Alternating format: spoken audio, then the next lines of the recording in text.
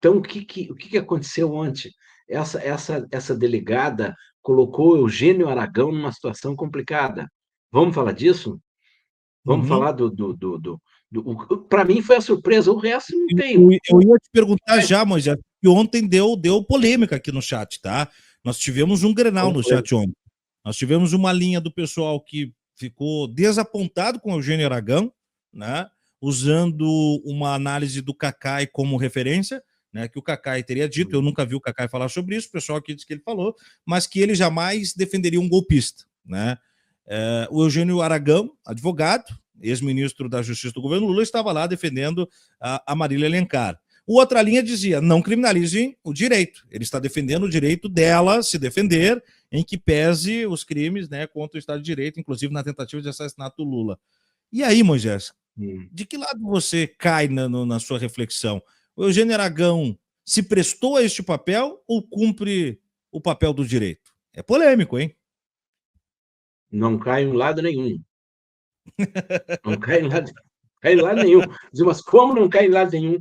Porque eu acho que essa é a discussão reducionista de uma situação como essa que se apresenta agora. Por que tem esse componente aí, Tiago, que propicia essa controvérsia? Porque o embate dentro do sistema de justiça, a partir do que acontece no sistema de justiça, não é da visão de fora, olhando para o sistema, é de dentro do sistema. Esse embate é político também. Nós temos dois ministros do Supremo terrivelmente engajados ao projeto da extrema-direita, mas isso é uma coisa muito clara. Então, tu tem, sim, uma politização explicitada do Supremo nesse momento grave que todos nós estamos vivendo. Então, como é que não vai ter? Como é que não vai ter? Se toda a questão hoje é política. Então, isso acaba politizando também, Tiago, a situação do Eugênio Aragão. Por que eu não entro nessa, nessa bola dividida aí para ficar de um lado ou do outro?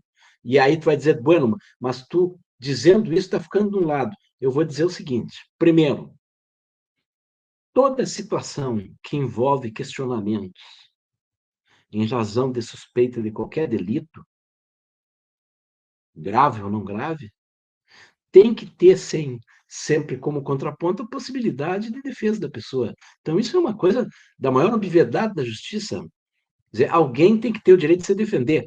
E essa defesa pode ser, sim, articulada com alguém que ofereça uma surpresa como o Aragão. Aí, dizer assim, mas o Aragão não era do outro lado. O Aragão não é um cara que defendeu o PT, defendeu o Lula, que foi o último ministro da Justiça de Dilma Rousseff, antes do Uhum, golpe. Ele estava uhum, lá. É um cara que escreve, o DCM publica, os sites da esquerda publicam, todos publicam textos incisivos, assertivos do Eugênio Aragão a respeito da situação que nós vivemos. E aí ele vai defender uma delegada que está numa situação complicada. A situação da delegada é essa, como Marília é o nome da Alencar. moça? Marília Oi? Alencar. Marília? Marília Marília Alencar. Alencar? A situação dela é complicadíssima. Isso depois nós podemos ver, inclusive, frases que o Alexandre de Moraes repetiu ontem de troca de mensagens dela quando está se articulando aquele esquema de sabotagem da Polícia Rodoviária Federal no segundo turno para que os eleitores do Lula não chegassem às sessões. Isso é muito óbvio, né? Então, como é que esse Eugênio Aragão, que todos nós conhecemos, com esse poder que ele teve de ser, sim, um servidor público ao lado da democracia, como ele sempre ficou, principalmente ao lado da Dilma, no pior momento vivido pela Dilma, né? Como é que agora ele defende esse delegado? Porque ele agora é advogado. Aí, Tiago, a dimensão política assumida por essa decisão dele leva a essa controvérsia. E eu acho assim, eu acho muito perigoso, eu acho perigoso tu pegar esse caso para dar como exemplo de que um servidor público um ex-servidor público, que teve um ativismo importante em defesa da democracia, esteja agora defendendo uma pessoa acusada de tramar, de fazer parte da trama de um golpe. Eu acho que nós não devemos cair nessa armadilha. E nós temos que ver o Aragão nesse contexto. E agora eu vou colocar um detalhe aqui, que vai aparecer num texto, Tiago, que o DCM vai publicar Ó, hoje de tarde, que muito diz o bom. seguinte: olha só a provocação que eu faço. Em alguns momentos, mais do que a questão profissional, Tiago, que é o que está colocado agora para o Aragão, mais do que a questão profissional, se coloca agora e se impõe os afetos. Os afetos estão se impondo, porque ele já declarou várias vezes. Ontem está presente em várias notícias sobre esse episódio, que ele disse que ele tem uma relação de quase 30 anos com essa moça, que ele conhece ela, que ela foi assessora de um grande amigo dele na procuradoria, tem todos esses detalhes, e que ele se dispôs a defendê-la. Convencido, segundo ele, e aí nós vamos contestar de que forma, convencido de que ela entrou numa fria, isso fica claro no que ele diz, não é só dizer ela é inocente, não, ela entrou numa fria e ele vai ter que tirar essa delegada da Polícia Federal, Tiago Ibaraci. Essa moça é delegada da Polícia Federal. O Gênero Aragão tem que tirar essa moça dessa enrascada. E essa situação que ele está enfrentando com um advogado agora.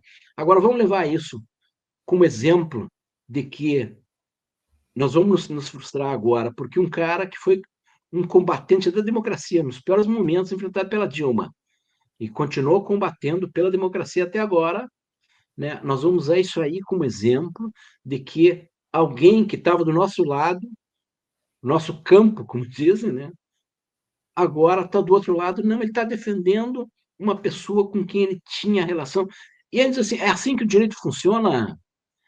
É também assim que o direito funciona. É também assim, né? Por afinidades, por convergências e, inclusive, por imposição de afetos. É isso que ele está dizendo. Ele está defendendo uma pessoa que ele conhece. Então, eu não participaria de nenhuma tentativa de radicalização dessa controvérsia, no sentido de ver o Aragão como alguém que trai a esquerda ou a democracia. Eu acho, eu acho até, vou te dizer assim, acho que tem uma grandeza nesse gesto dele, né? E acho, e aí, Tiago Baraci, eu quero compreender a situação dessa delegada nesse contexto aí. Né? Ela é a Débora da Polícia Federal, essa moça. Uhum. Ela entrou de gaiata na história, como vários entraram. Aí diz assim, bueno, mas como que uma delegada da Polícia Federal entra numa história dessa? Entra, o golpista te chama e quando tu vê, tu tá enredado nessa história. Isso vai absolvê-la? Certamente não. Certamente não. Mas o Aragão está participando desse esforço. Olha só aqui, ó, para encerrar aqui, ó, essa minha primeira participação desse caso. Eu vou achar aqui uma parte do, do, do, do trecho que foi lido ontem sobre a participação dela, que é uma troca de mensagem, olha só, uma troca de mensagens, das várias trocas de mensagens, que são as provas que existem contra elas, as provas que agora o Supremo vai ter que observar, que diz assim, ó, uma mensagem assim, ó, em Belford Roxo, o prefeito é vermelho, precisa reforçar PF, Polícia Federal. Diz uma das mensagens atribuídas pela Polícia Federal a Marília Ferreira de Alencar, ex-diretora de inteligência do Ministério da Justiça na gestão de Nelson Torres. Quer dizer, essa moça Ó, aqui, travou. ela foi uma alta funcionária, uma subsecretária de Justiça no Distrito Federal, ela foi da inteligência da Polícia Federal e ela foi puxada para o golpe. Vamos dizer, bueno, e aí agora nós vamos absolver todos que foram puxados para o golpe? Não, nós vamos tentar compreender a situação dela nesse contexto, é o que o Aragão está tentando compreender. Né? É isso, essa é a minha opinião. Eu não vejo o Aragão como alguém que possa ter traído a democracia às esquerdas. Eu não sei, até eu falei tudo isso aí, não perguntei a opinião de vocês. Você, Não, eu assino saber. contigo, Moisés. Ontem eu conversava com a Eve Bruxel, e ela da área jurídica, e ela também vai nessa linha. Né, como eu já disse aqui, eu sou filho de advogado, sou casado com advogada, eu quase fui advogado, né? Cheguei até o final da faculdade, troquei para fazer jornalismo. Eu não criminalizaria o direito, né? De forma nenhuma, porque afinal de contas há um direito de defesa e, e o advogado ele tem um compromisso tácito, inclusive, da função dessa garantia. Você imagina que o Bolsonaro foi chamado às pressas um helicóptero, uma ambulância do SUS para salvá-lo? Você imagina se o motorista da ambulância diz assim, não, mas o Bolsonaro eu não atendo.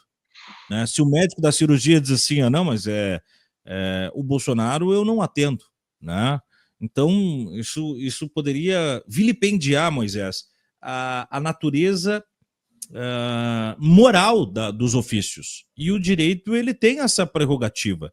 Então, eu não acho que o Eugênio Aragão não é um vendilhão, não é um traidor, ele está exercendo a função. Né? Imagina, um traficante que contrata um advogado e que paga o advogado com o dinheiro do tráfico. Então, o advogado não vai aceitar, não vai defender o direito de se ter direito. É muito perigoso, né? Esse tipo de ataque.